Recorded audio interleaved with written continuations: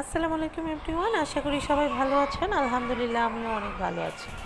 তো শুরু করছি আমার প্রথম ইউটিউব ভিডিও দিয়ে। আজকে যেহেতু আমি একদম প্রথম ভিডিওটা আপলোড করছি, তো আশা করি সবাই আমার পাশে থাকবেন, আমার ভিডিওটা দেখবেন এবং আমার পেজটাকে আপনারা সাবস্ক্রাইব করবেন।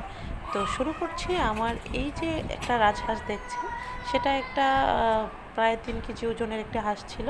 আলহামদুলিল্লাহ এটা আমি একদম ভালো করে পরিষ্কার করে নিয়েছি, একদম সুন্দর মতো করে ক্লিন করে নিয়ে সেটা আমি ভালো করে কেটে নিয়েছি। তারপর এই যে দেখছেন সবগুলো মশলা এখানে মেশানো হচ্ছে। সবগুলো মশলা মেশানোর পর আমি এখানে রাজহাঁসের মাংসগুলো দিয়ে দিচ্ছি।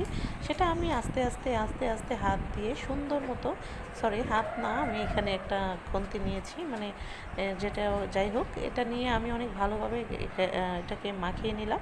মাখানোর পরে প্রায় আমি 1 ঘন্টা যাবত এটাকে মেরিনেটের জন্য রেখে দিয়েছিলাম। তারপর আমি কড়াইতে তেল দিয়ে নিলাম, পেঁয়াজ কুচি, তারপরে হচ্ছে এখানে তেজপাতা দিয়ে ভালো করে মুরগি যে রাজহাঁসের মাংসটা ছিল সেটা আমি ভালো মতো এটাকে দিয়ে সুন্দর মতো করে মাংসটা কষিয়ে নিয়েছি। কষানোর পরে হালকা একটু পানি উঠেছে, দেখেন আমি কোনো পানি দেই নাই এখানে।